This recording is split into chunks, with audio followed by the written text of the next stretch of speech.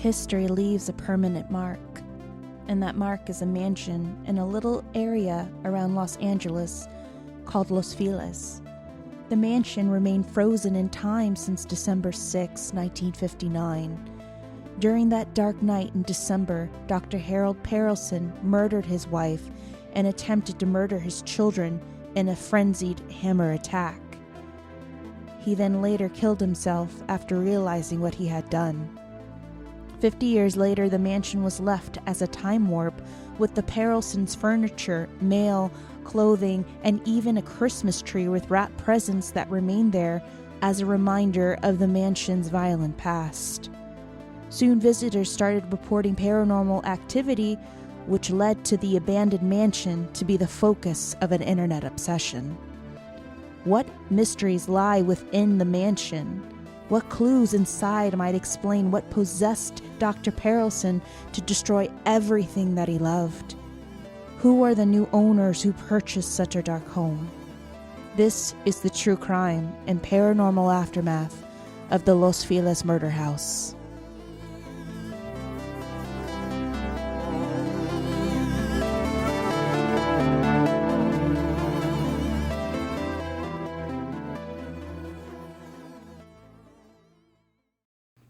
Everybody, welcome back to Holly Weird Paranormal. We hope that you're having a good day, week, month, life. I know. Afterlife. Ooh. I know. Isn't that freaky? Shout out to our ghost listeners. I know. Seriously. You're here for the booze, right? Ooh. How's your week going, Bryce? It's been going really well. How's yours been? It's been pretty chill so far. It's been a little crazy, as you know. Yes. At work. Always. I know. Didn't you like my little Instagram post? Oh my God. It did freak me out, yes. Here's the thing, though. Those oranges would probably be delicious. They're super fertilized, so... I know. I don't know. I'm not mad about it. If you guys didn't catch last week's episode, do so if you want to get this joke. But they're like, who? What are they talking about? They're like, orange grows where? We really love citrus. I know.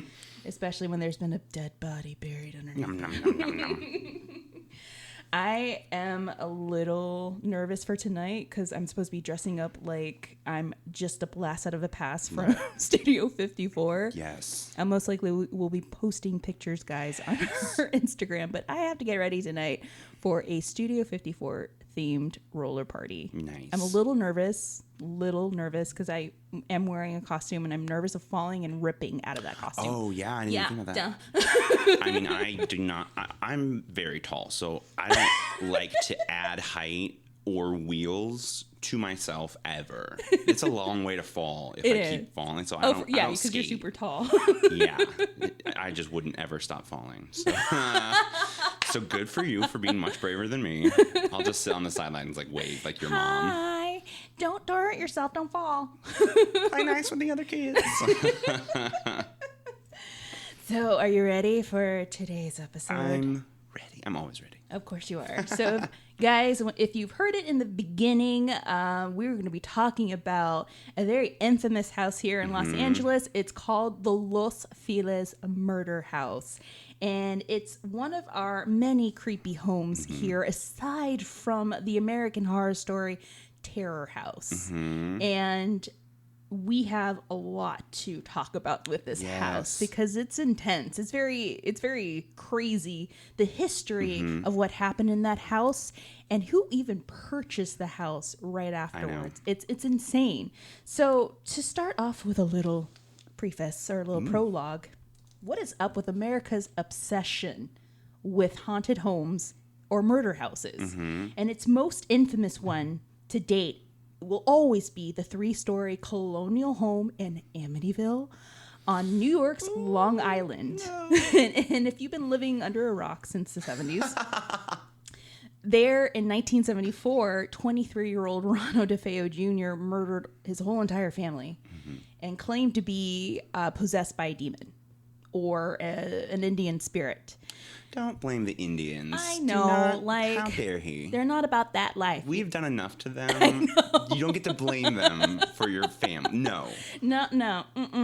And then, of course, we have Jeffrey Dahmer's home. Ooh. That is very creepy. And the Conjuring home where the Perron family lived, and following that story was, the Warner Brothers movie, The Conjuring 1 and 2. Love them. So you have all these homes that America has this crazy obsession with, and then a part of that collection of homes is the Los Feliz Murder House. Yeah. So, as you heard in the intro, what really caused Harold to attack his family and kill himself? And we don't want to know Harold Perelson as the crazy doctor that hammered off his wife and attempted to kill the rest of his family. We got to get to know Harold Perelson as a person. What drove him? What, made him attempt such a horrific act? So let's do some little cliff notes on Harold Perelson before we hit the night of December 6, 1959. And Bryce is going to take us to church with that story because it's fucking creepy. All right. So first off, Harold Perelson was born February 1st, 1909 in New York and was the eldest of 4.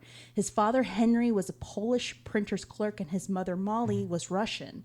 And she was just a housewife there to pretty much help her husband, survive and just push through, such a terrible time in Russia. So they escaped and fled Eastern Europe to escape the repression, shortages, and chronic unemployment. So they end up in Queens, New York, alongside hundreds of immigrants that were there for a better life. So the family has, almost a true rags to almost riches story. They worked from the bottom and they worked their way all the way up. I want to say to a comfortable living. Okay. So they work their asses off in sweatshops, soon move up and leap into somewhat of a middle-class growth. Henry is able to send Harold off to medical school. So Harold can become a doctor. And he does well and decides to leave New York and move to sunny California, where he lands a job in an Inglewood physician's office, published several papers in the field of neurology, and later became a cardiology professor at the USC School of Medicine. So he is making bank doing that. And this splendor of a facade is going to come to a short end because he meets Lillian. And Lillian, is his, first and only wife. And she is another one that comes from a second-generation immigrant family. And she's from Ohio. Shout out. Whoop, whoop. They had 3 children, Judy, Debbie, and Joel. And they were shopping around for homes. And Lillian's like, no, I want to live in a brand spanking new big old mansion. So they find this mansion in the neighborhood of Los Feliz at a price of, are you ready, Bryce? $60,000. Oh my God. I know. That is ridiculous. In the late 50s, $60,000 for a mansion in Los Feliz. That's $500,000 in today's money. Dude. I know. But for the son of a Polish clerk, it was amazing. It was extraordinary.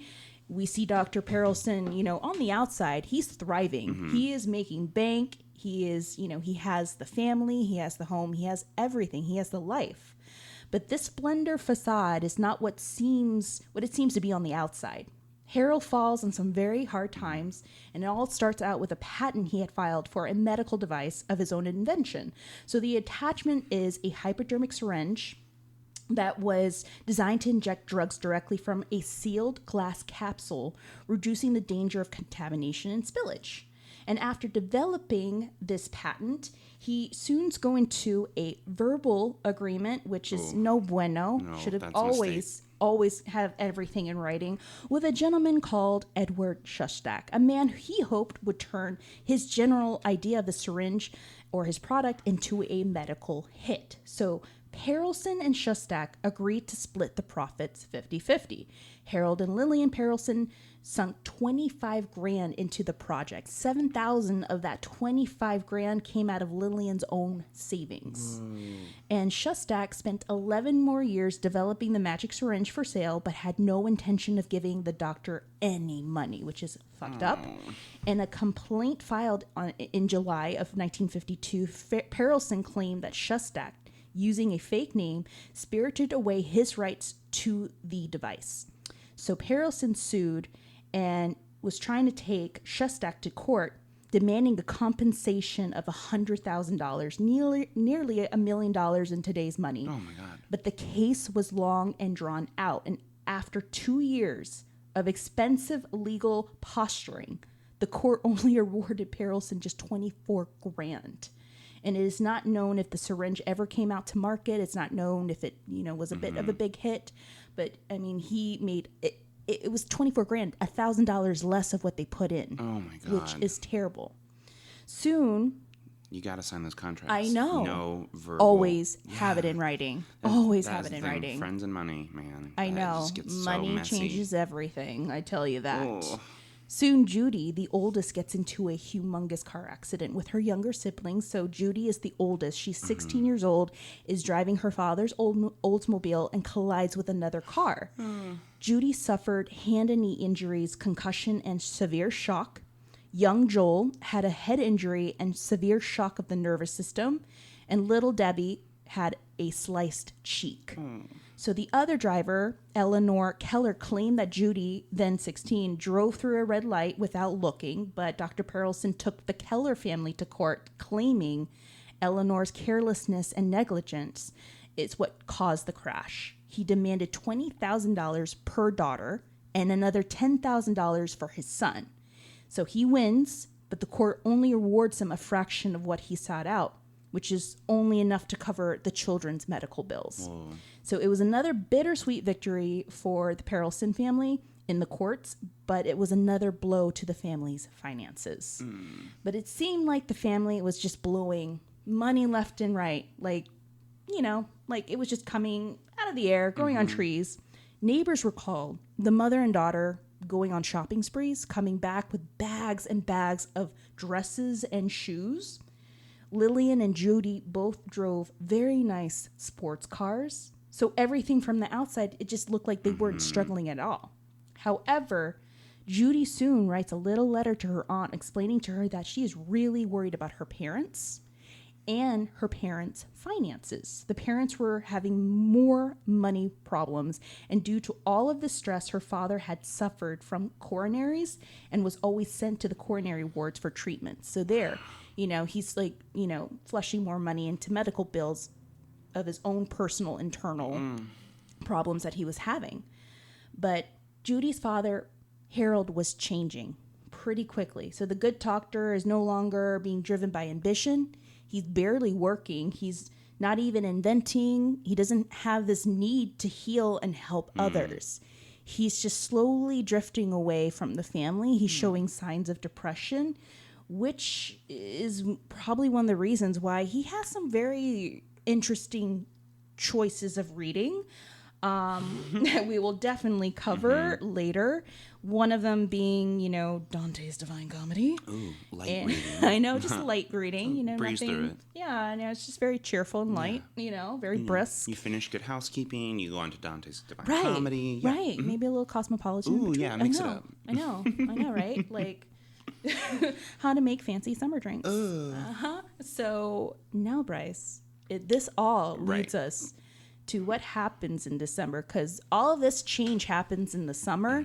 He hits it, and then a couple months later go by, we hit December, and this is where shit hits the fan. And that's the thing, is like one of the things you kind of touched on too, is that there's such like a picturesque kind of like 50s family, and that is certainly like the facade that they were projecting is really like affluent and happy, picturesque, like especially at the holiday time. So December 6th, it's just like a super normal evening. He comes home, gets his drink. His wife is like making dinner. They're like wrapping presents because it's the holiday season. It's like a super normal night. Like no fight, you know what I mean? Yeah. And this is all some, speculation, I assume, but also these are through the testimonies of the family and these things, like just a completely normal evening, nothing out of the ordinary. Again, no idea why then this like extreme switch happens. So his wife finishes wrapping the presents. She goes up to bed. She's reading, and he stays downstairs reading the Divine Comedy, knowing that like she will be asleep essentially. Oh no. And then like he then later goes to bed and takes that with him. And one of the things that, like, I was reading through the LA Weekly article that the author of Hollywood Obscura, he wrote an article based on the chapter in his book about it. Oh, yeah, Brian Clune. Yes, and it's so well written. God, he's so good.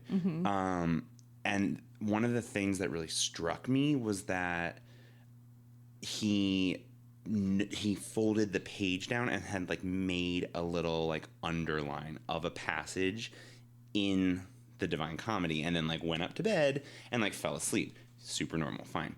So then apparently he, like, wakes up in, like, the super early hours in the morning, like 4 a.m. ish, goes downstairs, doesn't, like, wake his wife up or whatever. There's, like, a toolbox that he keeps in the kitchen, and he gets a ball peen hammer, which is, like, always the weapon that they choose. Why? Like, weapon of choice. Every time I see one, I'm like, don't get it, you'll get murdered. Because who even uses a ball peen hammer? Like, you don't need it for anything but murder. I know. Like, he's a doctor. You think, oh man, he's gonna get the knife or something. Or goes for that ball peen hammer and goes back upstairs and bludgeons his wife. I mean, to the point that when they later find her body, her face is unrecognizable. He is crushed. Yeah, I mean, it's this not only incredibly violent attack, but, like, so wrathful and just, I mean, you really have to exert a fair bit of effort to beat someone's face that much. You know what I mean? Like, it's not just like a one and done thing. And this is so graphic, but her cause of death was asphyxiation because she drowned in her own blood. No. What a way to go out. Horrifying. No. So, luckily, and this is so crazy to say, but, like, it kind of is lucky that the attack on her was so violent, because Judy, the oldest, hears it. And so she's, like, waking up. And, I mean, God, these kids must have been so traumatized. Oh, yeah. I mean, how do you get over that? I know. But thank God she heard, because he then goes out and goes to Judy's room next, and he, like, goes to strike her, but because she was already awake, she screams. Yeah. And, like, it's blood curdling enough, and she's saying and screaming, "Don't kill me, loud. I know. Oh, can you imagine? Waking up and seeing your father covered in blood. And how, there's that thing of, well, she was talking to her aunt about, like, all the tension that was happening. Like, you still don't ever think that your parents will hurt you. No. Ever. That is so, especially, it's not like he had a history of domestic violence. I cannot imagine that moment of just like, oh, he's actually going to kill me. You don't know that person anymore. No. They're clearly gone. So she actually, because, again, she was already woken up by the sounds in their bedroom, she raises her hand and blocks the initial blow, and it sends her kind of out of the bed. And that noise and her screaming, the neighbors hear that, so then now they're awake, essentially, like, wait, what was that? All of that. Yeah. And her siblings hear it and come to see what's happening. No. So whether he was not, clearly he's not in his right state of mind. No. But for whatever reason, he leaves Judy's room and sees the younger daughter.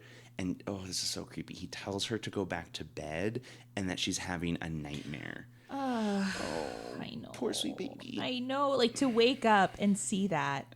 Not to mention, his children they already are coming from another state of shock from that accident. Mm-hmm. Holy crap. It's just like, they're done. Like, that's it. Like, they're... Sorry about your childhood. I don't know. Like, permanently fucked up. So, and the thing is that these kids had such presence of mind in the midst of this horror. So Judy is not incapacitated. He thought, I think, that because he did hit her in the head and there was some blood, I think he thought that she would not be able to escape. And so he, like, went to take and, like, put the other kids back to bed. Mm-hmm. And so while he's telling the younger sister that this is a nightmare, Judy flees the house and runs to the next door neighbors who are already awake, and she calls the cops. And when he goes back into the room to find Judy and finish her, that's pure speculation. Like, we don't know why he went back in the room, and we thank God she got out. The younger sister grabs the little brother, and they flee the house too. So these Smart. 3 kids, I know, but I just feel like there's so many times where you hear stories, and it's like, and we were paralyzed by fear, Yeah. or they told us to do something, so we just did, and then, you know, it ends up being so much worse. But these kids had like the presence of mind to escape. Thank God. So the cops are on their way. The children have escaped the home. And this is where the story gets, like, I think its first little dabbling of the lore. You know what I mean? This story truly has become now so much larger than life. It's not just this one murder suicide. It's now, you know, there's all these speculations that are funneled into it as well. And this is the first one, is how he kills himself. Yes. Yeah. Which also, and this is so callous of me, but if you're going to kill yourself, don't take other people out with you. Yeah. Just either, A, first, please go get help. Like, Yeah. don't kill yourself. It's not worth it. B, don't take anyone with you. Like, it's so crazy. Like, why kill your wife? Why? Anyway, my little soapbox. So he ends up taking, I think I saw like 80 pills. And Oh, yeah. so that's the thing, is the first, He's a doctor. He has, you know, a bunch of shit in his medicine cabinet. and that is the first rumor, is that he actually drank a cup of acid to kill himself. That's not true. That's just pure or like, that was like a rumor that got started and like became quote unquote fact, but he actually killed himself through pills. So the police show up. They can't really console the children. They're like hysterical at this point. Yeah. They like go inside, and like I said, they don't recognize her face, but he is like passed out and died before they got there, and he's still like clutching the bloody hammer. So obviously it's ruled like a murder suicide almost immediately, and the children are like shipped off to live with family on the East Coast. They like changed their names, so they have never spoken about it. Like, No. I think they've just tried to put that in the past and like leave it, but there's no like official statements that have ever been released from them. No, I read that Judy tried to change their name like thousands of times.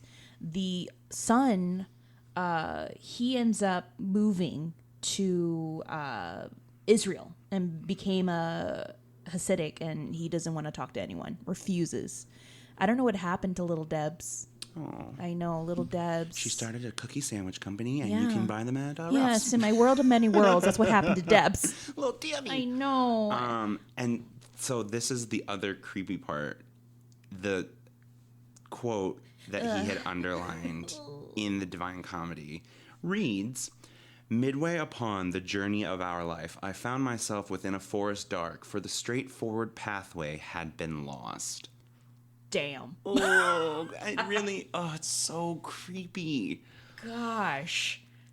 First off, emo. I know. Very dramatic. I mean, I know. what? In a way, he's a bit narcissistic. A little bit. You know, like, if I'm going to go down, my family's going to go down with me. Yeah. But before I do this, I'm going to leave a little quote. That is insane. Yeah. That's scary. I know. It just, so the thing for me that I think that is the most So morbid. jarring, and yet, God, morbid is such a good word for it, is just like the facade of a normal evening at home. Yeah. Like, was he thinking about it while they're like having dinner? Was this planned? Did he wake up and like have a psychotic break? Like, what happened in the span of those like 8 hours? Right. But it's just so terrifying. Like, normal pre-holiday evening, wrapping presents, and then this horrible atrocity. Like, ugh, it just makes me so sad for those kids That's, who are now adults. So I know. I'm sure they're fine. I know. It's why. Why did he do it? Was this calculated? And I found something, and a lot of this is from crime writer Jeff Maish of Medium.com. So according to writer Jeff Maish. He interviews Dr. David Adams, who is a psychologist who specializes in husbands who commit familicide. Oh. There's already a doctor for this. I hate that there's a word for it. Familicide. I know. I mean, we've seen it happen. Sure. We've seen it happen. So he says a man who murders his wife and at least one child tends to be an older gentleman in his 50s and an average of 7 years older than his spouse. Dr. Perelson was 50 years old and 8 years older than Lillian. Whoa. Many of these guys, these types of perpetrators, are very invested in their public image, he says. When there is a prospect that their reputation or status can be harmed, they suffer a narcissistic injury. So their murders are almost like a type of damage control. And it is likely, Dr. Adams believes, that the doctor's mental health and the threat of losing his position and livelihood as a doctor tipped him over the edge. Though he did not leave that suicide note, he felt that, he should leave that little passage of divine comedy. Yeah. It, like I said before, it's this touch of narcissism. Mm-hmm. Like, I'm going to go down. Well, I'm taking everybody with me. Oh, man. But yeah, like this is pretty much textbook right here. It's why, husbands do this. That's so and commit familicide, which heartbreaking. is terrible. Yeah. And also, like, no offense, but you are a coward. You're going to bludgeon your family to death, but you're just going to, like, give yourself pills. Right. Go fuck yourself. Like, right. I'm sorry. That is ridiculous. I know. It's terrible. It's absolutely terrible. And, this is where, like you said, the lore begins, where people are like, whoa, well, here's a house now with history. Right. And, like, very dark history. And then it just has this morbid, like, facade. People become very enamored with it because of its morbid history. And we go into what happens to the house now. Yes. After this murder is committed, murder sui as we call it. Murder sui. Murder sui is committed. And first off, this is already panning out to paint the house as if it's a curse. So if what I researched, the house was built in 1925 by Harry Schumacher. And the guy that designed it was Harry E. Wiener. And when Schumacher died, he died in the house. And the house was sold, get this, in December 6th, No. 1932. No. He dies, and he dies in the house. And the house is sold December 6th. No. So a lot of paranormal fanatics, or what I like to call paranerds, like to point out that it was, touches on the same date as Harold's meltdown and murder sui. I did not know that. That is insane. I didn't know it either because I was like, well, what is the history of the house? Yeah. Because I know that the house, like this house was a little old. And then I find out, oh yeah, it was built in the mid-20s. And then Frederick Zelnick moves into the house. And if you don't know who Frederick Zelnick is, because I didn't, he's a German silent film cinema director. And he was a director who was forced to flee Germany for London after Hitler rose to power in 1933. He moves to Los Angeles, and he lives into the house. He lives until 1950, and he dies. He also dies in the house. And so that's when the Perelsons come in, and they move in, and they buy this house. Oh my God! Yeah, it's insane. And there was a rumor that another person had died in that house too. It was a person in relation to Zelnick who was playing tennis and was staying at Zelnick's. He got injured in a game.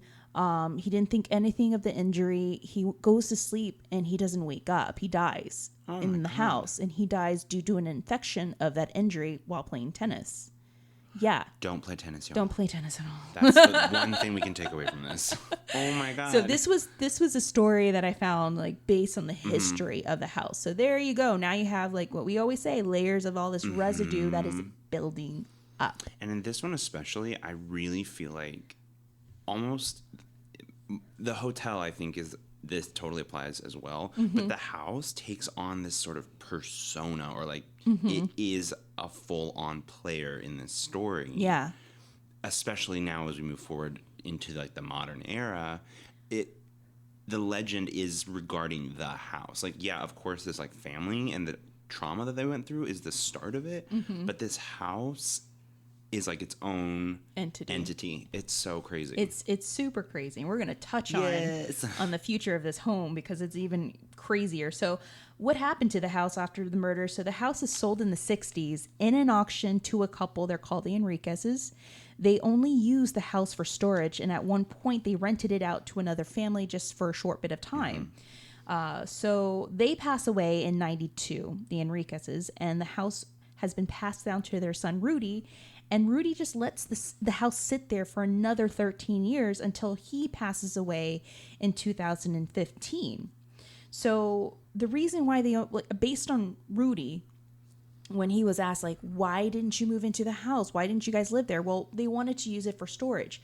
They spent all this money, in this beautiful home just to keep it as storage. Like, you couldn't take it to a Storage Plus or anything. Like, it must be nice to be rich. Like, oh, we're just going to buy our little storage mansion. A mansion that we're going to store a lot of crap in. So you need someone to live there for free and take care of your stuff? I'll just do it. Yeah, it's for fine. free. We'll in Los organize. Feliz. Yeah. Done. Mm-hmm. So according to Rudy, the reason why they used it as a storage house is because his family had a lot of connections with a lot of like star couples and star families. When they got rid of furniture, they took on the furniture and they just stored it there with hopes that, we could, either sell it or auction it or whatnot. It was just there just for them to collect and hoard all this stuff. Weird. And so, and this is what's very interesting. Before Rudy passed away, he was interviewed by the LA Times. And when he was asked if he would ever sleep or live in that house or even move there, he replied, I don't know that I want to live there or even stay there, especially in the house where a murder happened. Oh, no. I know. When asked by a reporter Bob Poole if he knew about the rumors of ghosts in his property, Enriquez said, tell people to say their prayers every morning and evening and they'll be okay. So he always seemed to like bypass that question. Like, was the house haunted? What is the aftermath of this house? Which segues me into the paranormal activity or the paranormal aftermath of this home. So what happened after the Perelsons moved away? Well, the rest of the kids moved away. So the house lays dormant and visitors and neighbors, this is what they claimed. They claimed to have seen weird blue and green lights around the property. They have seen faces in the windows. They have heard screams at night between the hours of 3 a.m. and 4 a.m. in the morning. And at times, the mansion had an alarm. Oh. So at times, the alarm had gone off unexpectedly in the wee hours of the night for no reasons. Could it, be possible that it was just, paranormal enthusiasts or even squatters trying to break into the house? Right. Because that was another issue that the neighbors were dealing with, is that people were trespassing onto the property. You had thrill seekers and paranormal investigators just making their way on there just to see, if they could find something out of the ordinary. But every time someone would go and kind of walk around the property just to check on it, one of the neighbors would do this, no one would be there. So it could be, paranormal, or maybe it was someone who was trying to break in and got scared off by the alarms and ran away. Could be.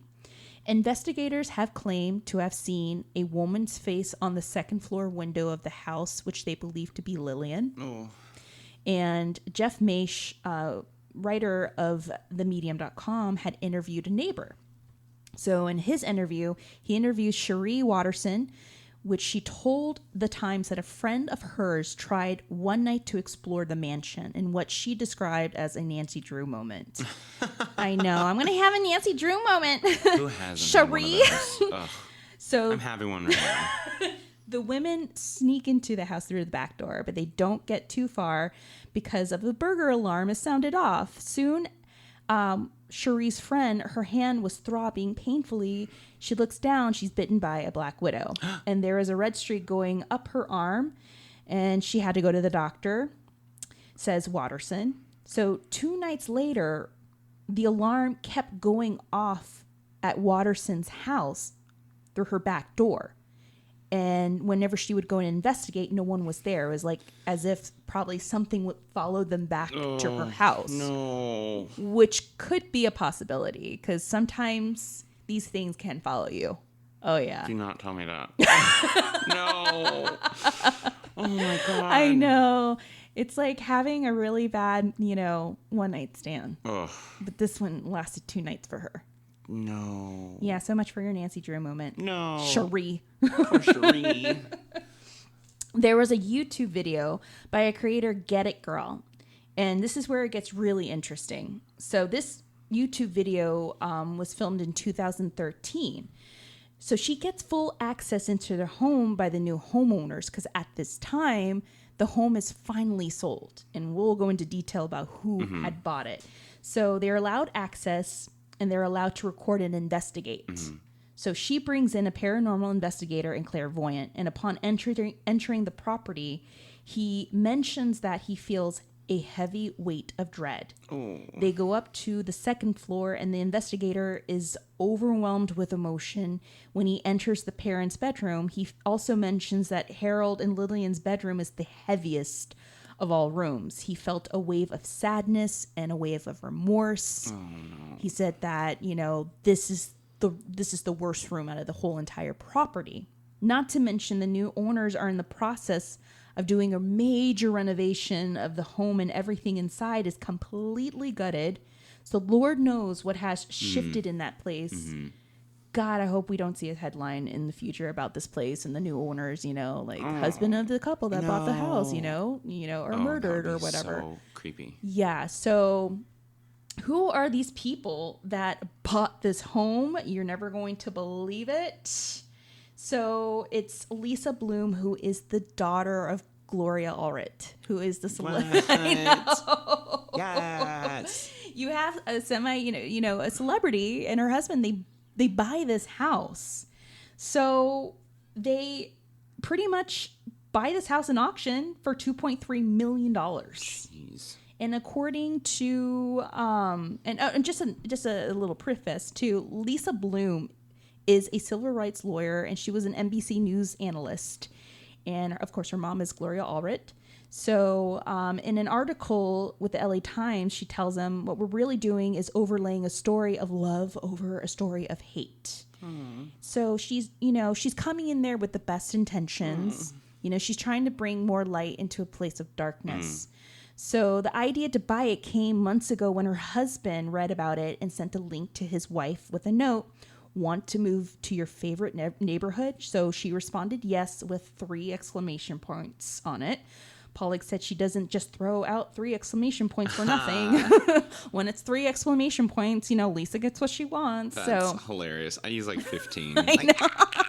Exclamation point, so emoji face. Yes. Oh my God. So they plan to settle in after several months of renovating. The remake involves expanding rooms, transforming a ballroom into a home theater, and adding front decks while preserving the original architecture. Pollock says it's just a fantastic house. Pollock is also a skeptic. She does not believe in ghosts. She does not believe in the paranormal. Okay. According to her, she really hasn't felt anything, but I am definitely going to be keeping tabs of them because I am just worried that something, I just have this feeling because like if you see this video on YouTube from Get It Girl, the house is completely gutted. Wow. It is completely gutted inside. So in positions like this, when you go into a home that has a lot of history and negative energy, you don't know what shifted in there during that process. And it always seems to fall through the lines of something has been stirred up and something's gonna come out and get you. Oh no! Pretty much. Well, I mean, hopefully it's that thing.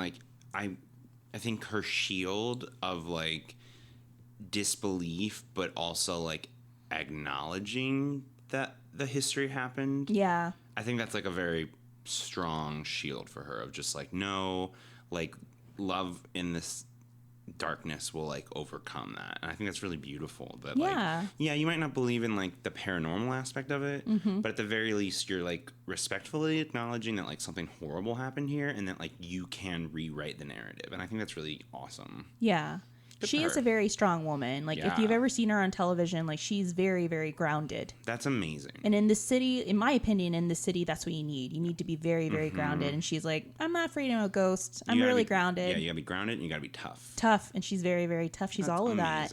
But it's cool. Like, I mean, I'm glad that she's going in there. Usually some people will go in there and flip it and turn it into an Airbnb and make a profit. Sure. If you think about it, that would be a smart move, especially in the city. People want to profit off of... You can market it as the haunted house. As the haunted house. 100%. And surely you'll get people from all over the world wanting to spend a night in the murder house.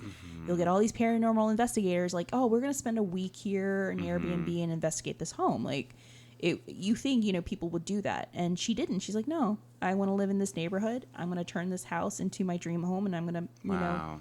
put my love and energy into it. So that's so cool. Good luck to her. Yeah. Just like maybe take vacations on December 6th. Yeah. For the rest of your life. Never be home. Ever. Let's just start throwing a Christmas party and invite her every December 6th. We'll just see if she ever shows up. It'll be fine. Oh my God, that's so true. Like, honey, these two people from the valley keep inviting us to this weird Christmas party. Let's go. You're welcome. RSVP. We're saving your life. There was also, I forgot to mention this too, there was another speculation that people were claiming, and it's also documented online. I left this out.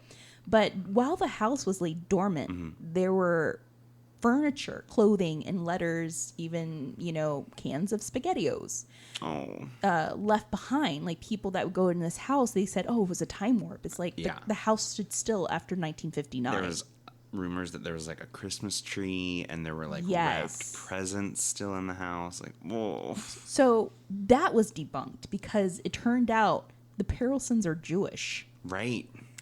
But the people... The Enriquezes, that when they bought the home, they had rented it out to a family.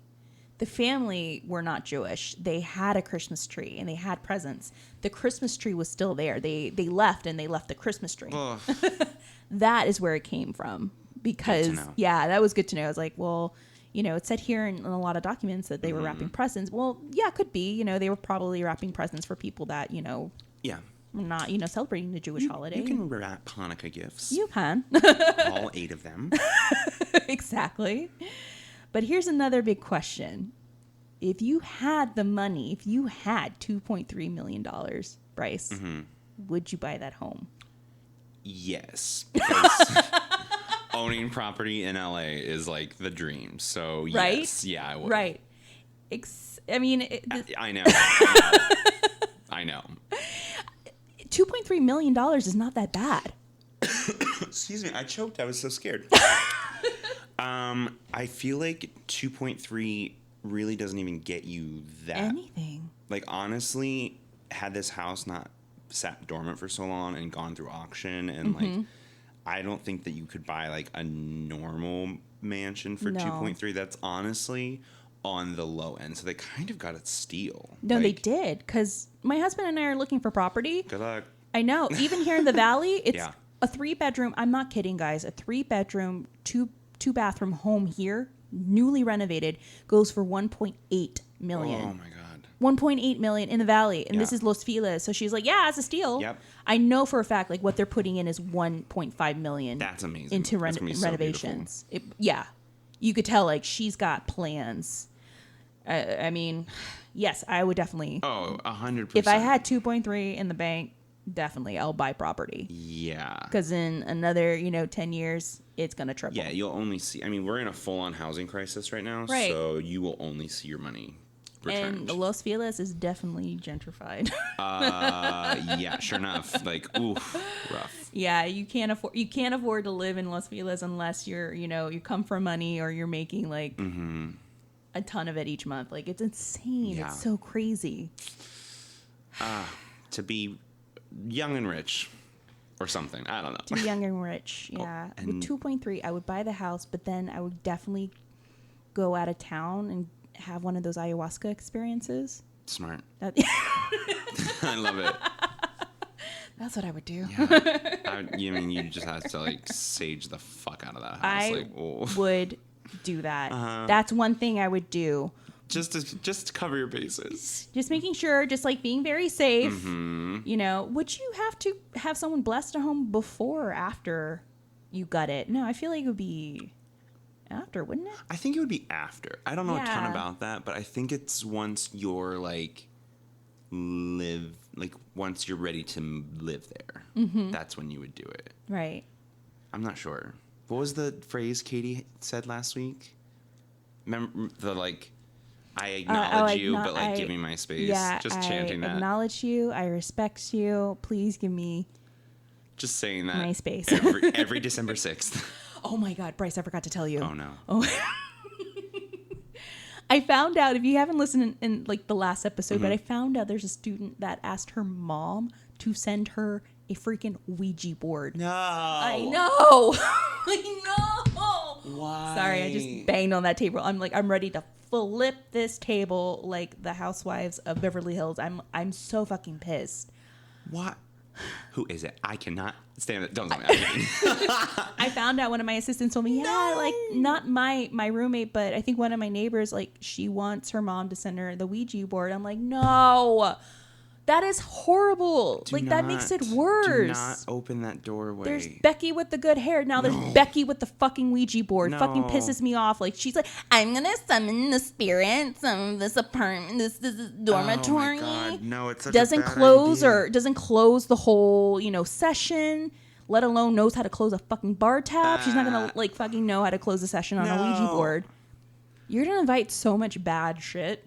Oh my God. That Like, is a horrible yeah, like why don't idea. we just like open the door and let the demon come in? Yeah. Right?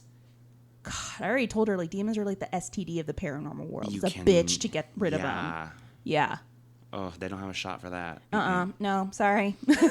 Oh God, I mean, Takes more than holy water. I already cannot go in those dorms because it freaks me out so much. But I Every time definitely will I never go in, there. yeah, I know. Every time I go into the garage, because we have the subterranean parking for the faculty there too. It's even scarier because I see the gym, and a lot of students have told me like they get the heebie-jeebies with the gym. They don't like being there because energy is attracted to the lowest and highest of places. That's the thing. Oh really? Oh yeah, that's why it's like, well, the basement's so haunted, or it's very scary, or the attic is like so messed up and scary, has a lot of energy. Interesting. Yeah, but a friend of mine told me, that they're more attracted to the lower and the highest of places, which Weird. makes sense. Yeah. Are you ready to take this to an end, to a close? Because I'm never going back to work. drink. So great, that's amazing. How do you write a resignation letter? A Ouija board. Is that a good reason? I know. Oh God, no. How would you start that resignation letter? Why are you leaving? Ouija board. Ouija board. Ouija board. Your students are messed up. They had a Ouija board. I can't do this. God, no. I know. Oh my It's so God. messed up. Do not do that. Do not do that at all unless you have. I mean, there are ways to do it. Mm-hmm. I heard that there's ways to do a session, but you have to know how to close it, and that's where people fuck it up. Mm-hmm. Is because they're like, they don't say goodbye, they don't know how to close it out. Oh. I know. Once I did. I've done a little Ouija board session when I was in middle school. But the girl knew like to close it out because it's in the directions. Like, okay, so use planchette, tell the spirits goodbye. Got its own Smart. bye. Yeah. When you did it like work?